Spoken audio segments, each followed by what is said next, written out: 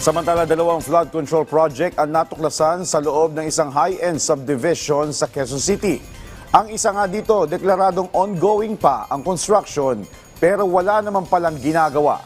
Si Isaiah Mirafuentes sa report exclusive. September 20, 2025, inilabas ng Quezon City Government ang listahan ng kanilang mga flood control project. Umabot sa mahigit 300 proyekto ang mayroon sa lungsod simula 2022. Sa listahang inilabas ng QCLGU at impormasyon mula sa isang concerned citizen, umagaw sa aming pansin ang dalawang proyekto sa District 5. Ang isa ay may contract ID na 240F002, habang isa naman ay contract ID 240F0128. Sa 240F002, nakasaad sa proyekto na completed na ito at may pondong mahigit sa 48 million pesos at may address na Brittany Annex, Barangay Santa Monica, Quezon City. Makikita rin sa dokumento na ang pangalan ng contractor ay DT Resio Incorporated at permado pang dokumento ng ilang opisyal.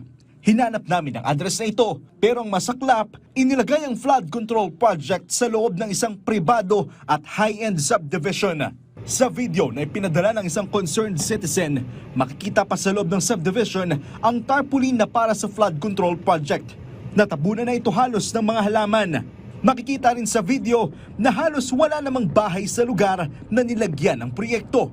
Puro damo at talahib lang. Isa pang contract ID 240F0128 na may halagang mahigit sa 32 million pesos na may contractor name na RCDG Construction Corporation. Pero this time, hindi detalyado kung saan ang lokasyon. Ang nakalagay kasi, Barangay Pasong Putik, Quezon City lang. Nakuha ng PTV News ang ilang dokumento para sa proyekto. Kasama na ang design plan nito. Makikita rin na ang proyekto ay nasa kahabaan ng Beverly Avenue at Bishop Avenue. Natonton din namin ang lokasyon ng sumunod na proyekto at aming natuklasan na ito ay nasa pareho ring private at high-end subdivision kung nasaan din ang unang proyekto na aming nabanggit. Sinubukan naming magtungo sa lokasyon. Magandang hapon from PTV4. Sir, may check lang kami sa loob regarding sa isang flood control project. Inutusan kaming magpunta sa admin. May check lang po sana kami sa loob na flood control project. Pero hindi kami pinayagan. Ngunit mula sa isang concerned citizen, makikita sa video ang lokasyon ng proyekto.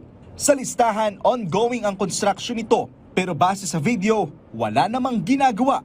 Anong nangyari sa proyekto?